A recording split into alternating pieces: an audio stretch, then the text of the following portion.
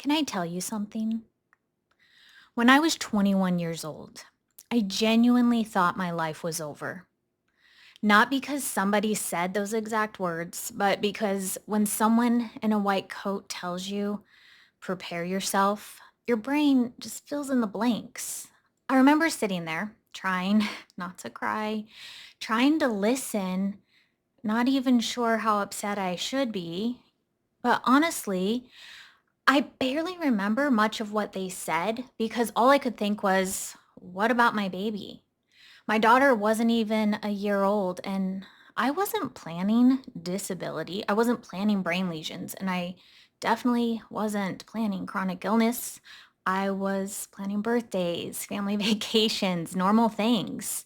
And what nobody tells you about diagnosis day is that you don't just grieve health, you grieve futures. Plural. You grieve versions of yourself. You grieve plans, you grieve certainty. I had lesions in my brain, lesions in my upper spine. I had already been struggling, and based on what they saw, I was medically advised to prepare for disability, not because they were trying to scare me, but because they believed it did. Like they did. They were trying to help me.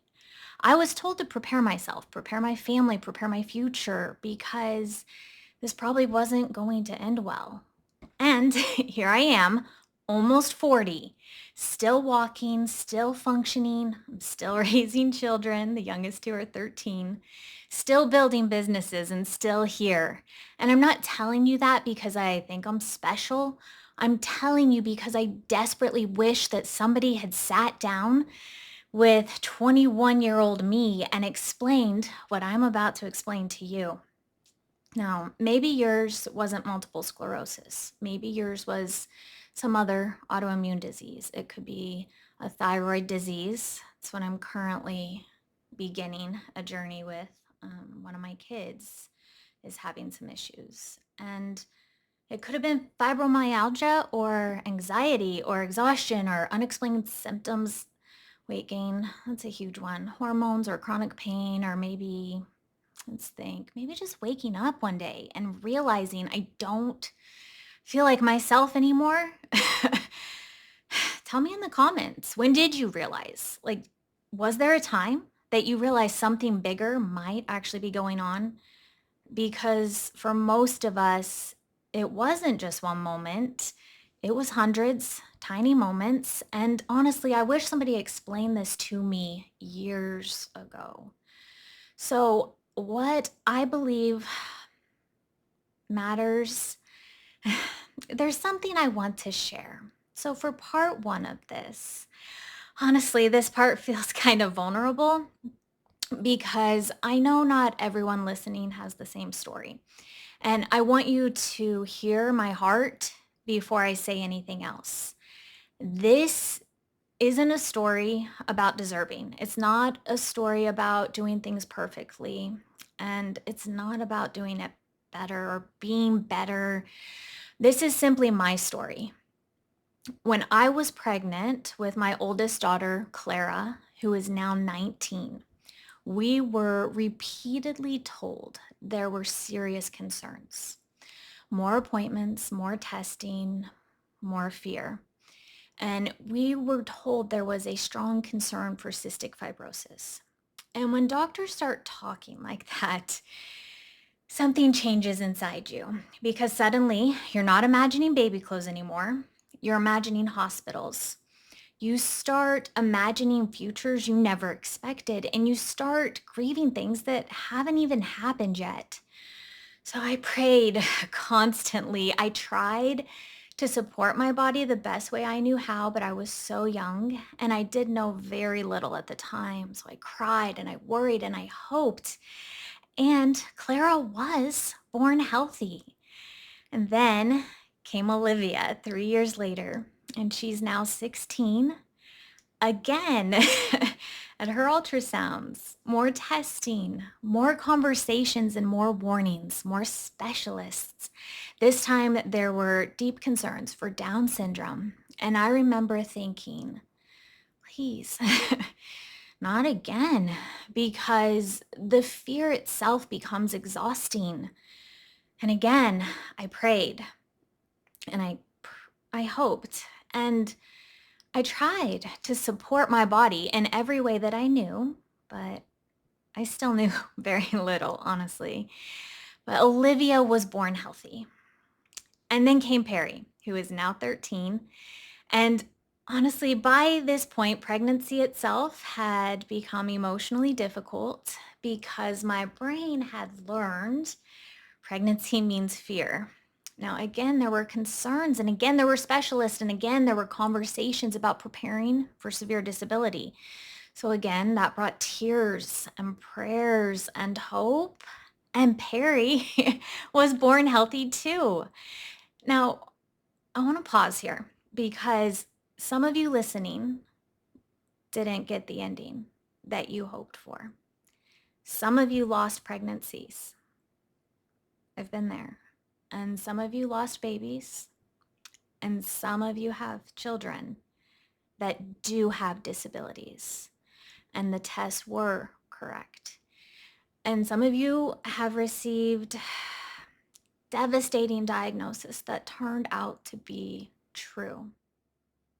Some of you are living incredibly difficult stories right now. And if that's you, I need you to hear me clearly. I do not believe difficult outcomes mean less faith. I definitely do not believe difficult outcomes mean you prayed wrong. It doesn't. I do not believe suffering means failure, and I don't believe blessings are proof of worthiness. I don't. I simply know what happened in my life, and what happened changed me. Because after enough moments like this, I personally began seeing repeated witnesses that miracles still happen. Not always in the ways that we want, and not always on the timelines that we want, and not always with the endings that we want. But I believe God has been present in my life. I believe I have been blessed. I believe that I have witnessed miracles. And I also believe deeply that women whose stories look different deserve just as much compassion and respect, maybe more, because I know many of you are carrying things heavier than I can imagine.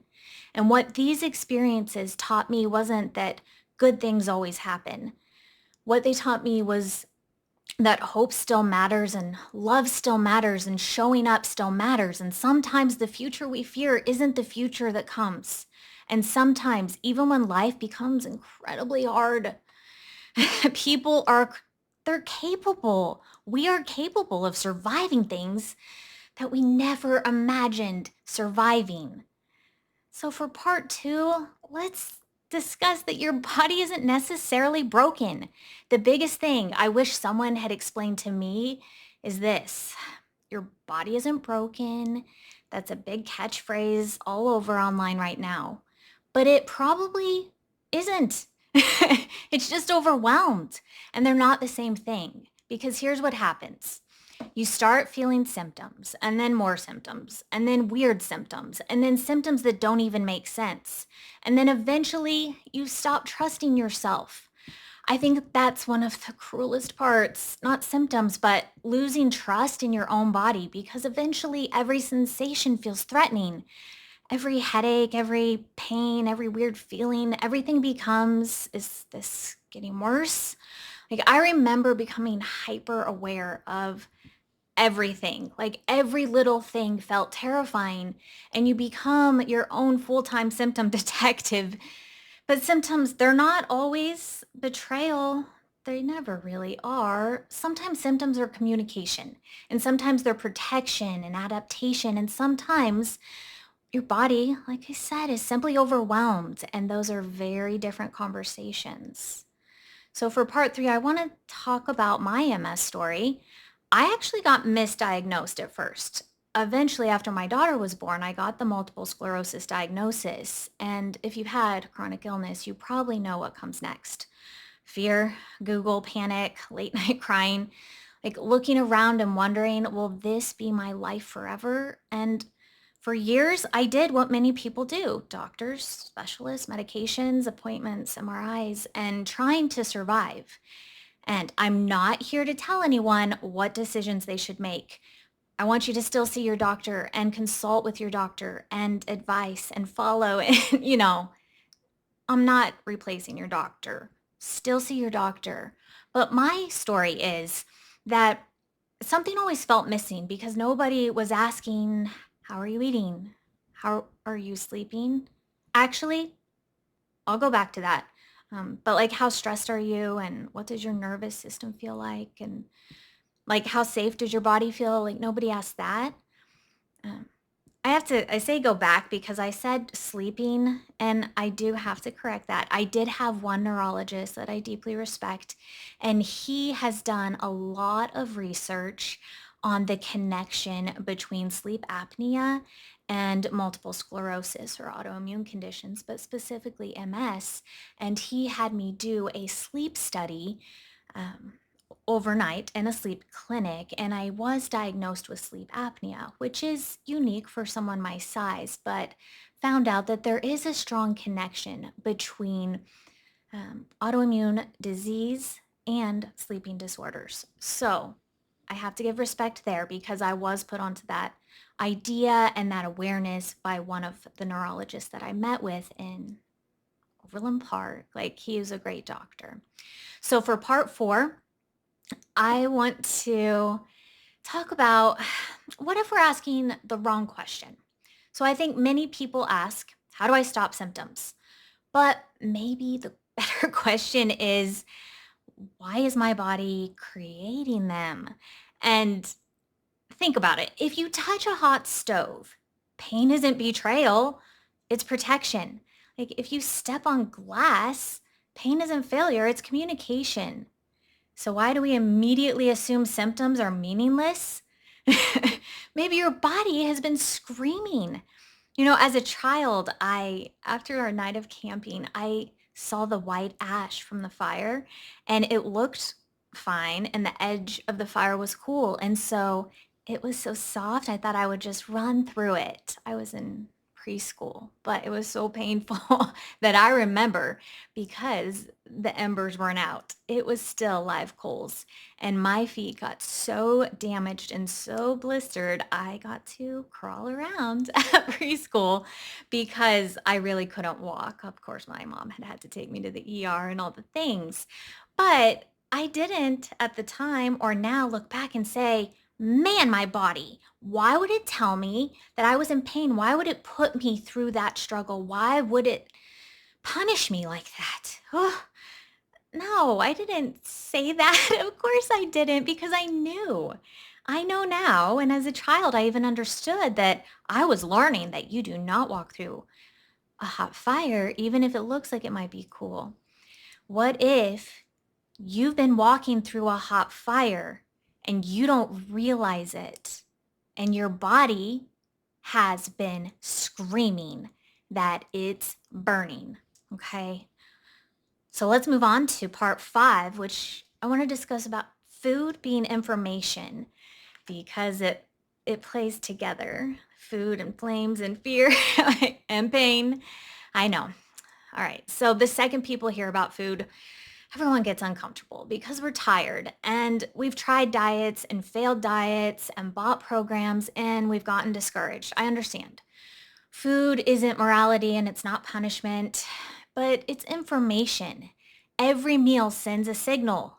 Inflammation signals, blood sugar signals, hormone signals, energy signals, gut signals. Your body is constantly listening. Now, it doesn't have perfect hearing, but it is listening, and the food is information that's sending a message. So, as part of that, I also want to discuss part six, fatigue. Can we talk honestly about fatigue? Not cute fatigue, like real fatigue. The kind where brushing your teeth feels expensive. The kind where showering feels difficult. The kind where people say, maybe you're just tired and you want to scream because you know this isn't normal. And many women become exhausted slowly, so slowly that we normalize it. We adapt, we compensate, we have more caffeine, and we become high functioning, exhausted women or men. Obviously, it's not just women, but we become women who say, I'm fine while surviving on caffeine, stress, and determination. And eventually, determination stops working. If this sounds like your story, you're not alone. You're definitely not alone. That's why part seven, I want to discuss the nervous system. This changed everything for me when I started to understand this because I spent years trying to heal my body while my nervous system thought I was being chased by bears. When your body thinks survival is happening, healing gets deprioritized. Sorry, I totally like word bombed that. Let me say it for you guys again. When your body thinks survival is happening, healing gets deprioritized. And by that, I mean, if your body is constantly stressed, like you think you're trying to survive a bear, then it's going to put just surviving and getting through the day above putting any kind of energy or nutritional stores into healing damaged myelin or damaged nerves and wherever it's needed. So I'll say it again. When your body thinks survival is happening, healing is going to get deprioritized. Digestion, repair, hormones, recovery, everything becomes survive. Many of us accidentally spend years trying to heal while we're stuck there. And survival mode, it's weird. Like you don't always feel panicked. Sometimes survival mode just looks like being productive constantly. So you're never resting and just needing noise, like feeling guilty when you're relaxing or always needing one more task. Does that sound familiar? Because I didn't realize how dysregulated that I was until I finally slowed down enough to notice. Which brings me to part eight, I want to discuss, which is stress, because stress isn't only emotions. Stress is load. It's sleep deprivation, financial stress or overtraining, under eating or inflammation that's just happening, blood sugar crashes and relationship stress or noise, artificial light. And stress isn't simply just how you feel. Stress is how much are you actually carrying? Which takes us to part nine. I want to discuss gut health without making it weird.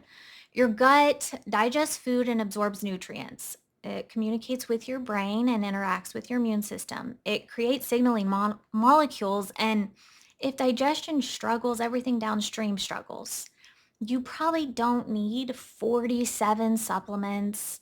Sometimes you need more nourishment, slower eating, better chewing, more consistency, less chaos, some simple things. So for part 10, I want to talk about what I actually did. You know, people always want the secret, the supplement, the protocol, the magic answer. But honestly, my story is incredibly boring. I kept trying. That's it. Sometimes I've done great. I did great and do great. And sometimes I failed completely. Sometimes I knew what I should do and didn't do it. And sometimes motivation just completely disappeared. Sometimes depression showed up, and sometimes I stopped routines. But eventually I realized that perfect consistency is fake. I mean, returning matters. Healing isn't never falling off. Healing's learning how to come back again and again and again. So, for part 11, I want to discuss what I would tell 21-year-old Rebecca. If I could sit with 21-year-old Rebecca holding that baby, terrified and crying, this is what I would say. "Whew, you are not doomed. You are not weak. You are not broken.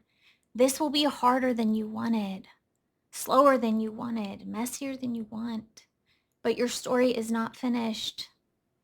I would tell her to keep learning, to keep trying, to keep showing up because your future self exists and she's stronger than you realize. Maybe nobody explained this stuff, And maybe you've spent years feeling dismissed. And maybe you've started believing your body is permanently broken.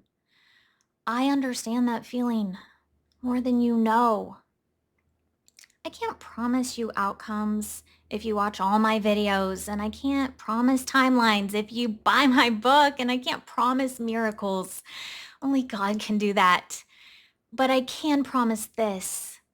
Your story is probably not finished. Your body may be more adaptable than you even realize. You deserve support and you deserve answers. You deserve hope. If you want deeper resources, my book is available. Check out the link below in the description. You can order it on Amazon in multiple formats. I also have a website. It exists for exactly these conversations. Not because I think I have all the answers, but I'm trying to create one place that you can find support. You can find hope.